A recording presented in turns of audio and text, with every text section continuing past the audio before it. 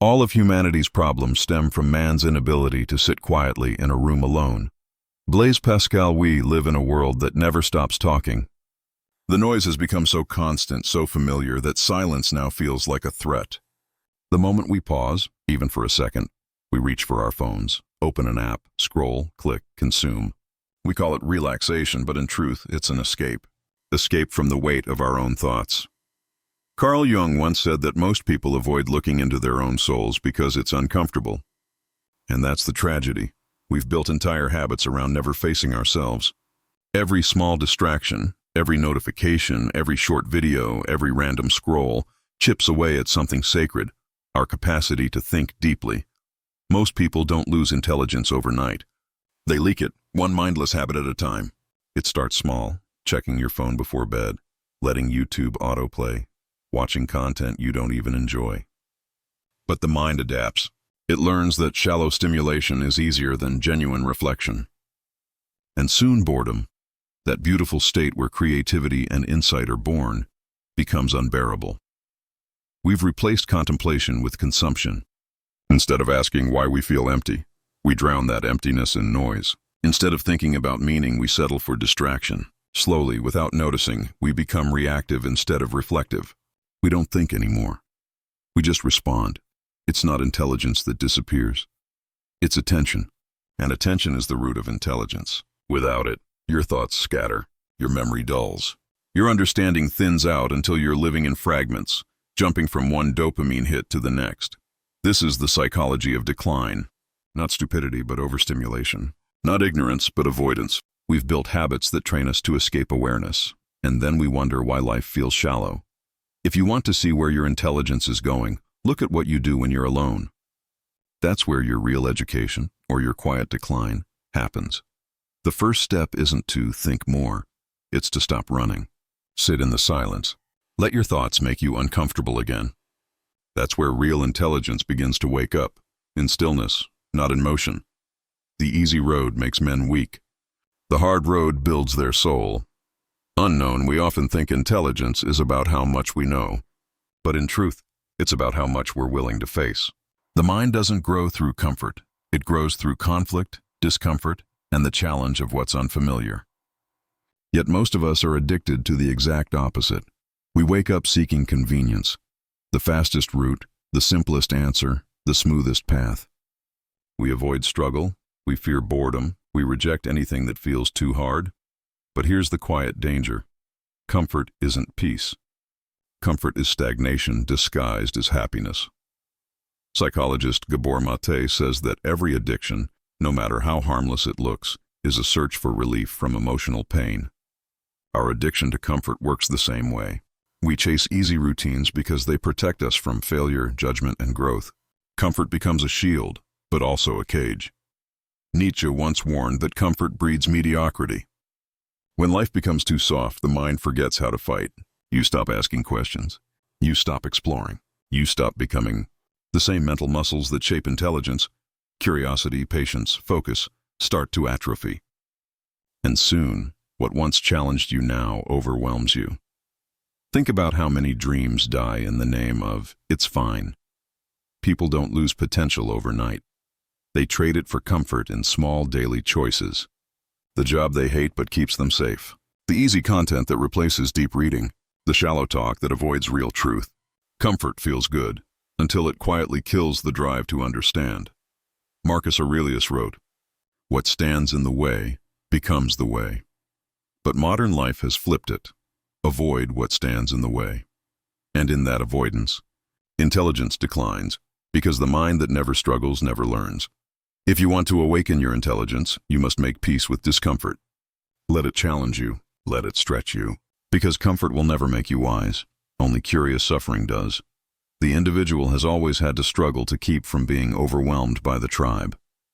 Friedrich Nietzsche: most people don't realize it, but one of the most dangerous habits that kills intelligence isn't distraction or comfort, it's conformity. The quiet surrender of the mind to the collective noise around it. We live in an age where thinking differently feels like rebellion. People fear being wrong more than they fear being ignorant. We copy what's trending, believe what's popular, and seek validation instead of truth. And in doing so, We become part of what Schopenhauer called the herd mind, where independent thought dies under the pressure of belonging. Scroll through social media. Everyone has an opinion, yet few have thoughts. Outrage spreads faster than reason, and the loudest voices become our teachers. This is the new form of slavery, not physical, but mental. We don't question what we consume. We simply mirror it. Carl Jung once said that the greatest threat to society is not evil, but unconsciousness. And when we follow the herd, we surrender our awareness. We stop thinking and start imitating. The crowd becomes our compass, even when it's leading us nowhere. But intelligence, real intelligence, is lonely work. It means standing apart. It means saying, I don't know, while everyone else claims certainty. It means choosing silence over shouting, reflection over reaction. The herd finds that unsettling, because the herd survives on sameness. When you start thinking for yourself, you'll feel friction. People will call you arrogant, difficult, or detached. But that discomfort is the cost of consciousness. Every thinker who ever challenged the masses, Socrates, Nietzsche, Jung, was labeled strange before they were called wise. The modern world doesn't want thinkers. It wants followers who believe they're thinking. The algorithm rewards outrage, not insight. But you must decide. Will you be consumed by the herd or awaken from it? True intelligence begins where imitation ends. The moment you dare to question what everyone else accepts, you step out of the herd and back into your own mind. Beware the barrenness of a busy life. Socrates. There's a strange disease spreading in modern life, one that looks like intelligence, but isn't. It's the obsession with being busy. We wear exhaustion like a badge of honor, as if the more we do, the more we become. But deep down, most of that doing isn't creation. It's escape. We confuse movement with progress, noise with meaning. Our calendars are full, but our minds are empty. We chase deadlines, notifications, and endless goals, believing we're building a life, when we're really just running from stillness. Productivity for many has become a socially acceptable form of distraction. Carl Jung would have called this the modern neurosis, the inability to be at peace with oneself. We work not to grow, but to avoid reflection. We keep ourselves busy because silence reveals truths we don't want to face. Our insecurities, our fears, our unfulfilled potential. So we hide behind hustle, convincing ourselves that constant action means purpose. But purpose and motion are not the same. You can run all day and still go nowhere. You can fill every hour and still feel hollow. True intelligence isn't about how much you do. It's about how deeply you understand what you do. The mind that's always occupied never sees beyond the surface. Nietzsche warned that endless activity was the enemy of contemplation. When you never stop to think, your thoughts stop growing. You become efficient, yes, but not wise. You can perform tasks, but you can't perceive meaning. Ask yourself, when was the last time you did nothing, not out of laziness, but to truly observe your mind? When was the last time you worked with clarity, not compulsion? Productivity without awareness turns intelligence into machinery. It builds results, not wisdom. But when action is guided by reflection, work becomes creation, not escape. So stop glorifying busyness. The smartest minds don't chase time. They master it, learn to pause, think, reconnect. Because the point of life isn't to do more, it's to become more conscious while you do it.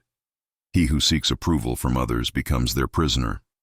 Lao Tzu, one of the most silent killers of intelligence today, is our hunger for validation. We crave to be seen, liked, and approved, even by people who don't matter. Every post, every comment, every selfie becomes a tiny performance for an invisible audience.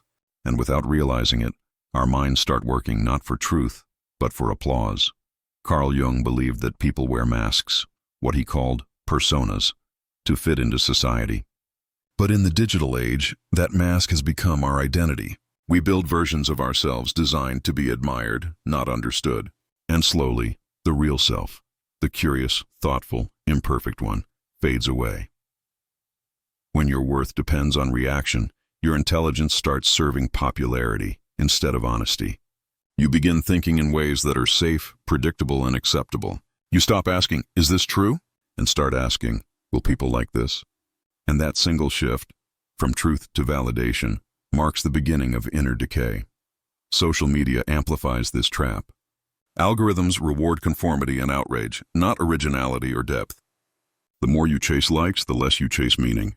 The crowd cheers and your dopamine spikes, but your mind weakens. You start needing approval to think clearly, like a drug your ego can't quit. Nietzsche said, "The higher we soar, the smaller we appear to those who cannot fly." True intelligence often feels lonely because it doesn't seek agreement. It seeks understanding. The wise don't perform for applause. They pursue clarity, even if it means standing alone. The tragedy is that many brilliant minds stay shallow because they fear being disliked. They trade insight for acceptance. But you cannot think freely if you need permission to do so. Detach from the crowd. Think in silence. Share less to be liked and more to be real. Because the moment your ideas exist only to impress others, your intelligence stops serving truth and starts serving vanity. Real wisdom doesn't echo. It resonates quietly within. The more you know yourself, the more clarity there is. Self-knowledge has no end. Jiddu Krishnamurti. We often think intelligence is about logic, facts, or quick thinking. But one of the greatest signs of a truly intelligent person is the ability to feel, deeply, consciously, and courageously. And yet, this is the habit most of us lose first, the habit of feeling. Somewhere between growing up and surviving, we learned to shut down. We replaced emotions with efficiency, empathy with ambition. We stopped listening to what our pain was trying to say, because feeling, truly feeling, makes us vulnerable. And vulnerability doesn't fit the modern definition of strong. But when you numb your feelings, you also numb your insight.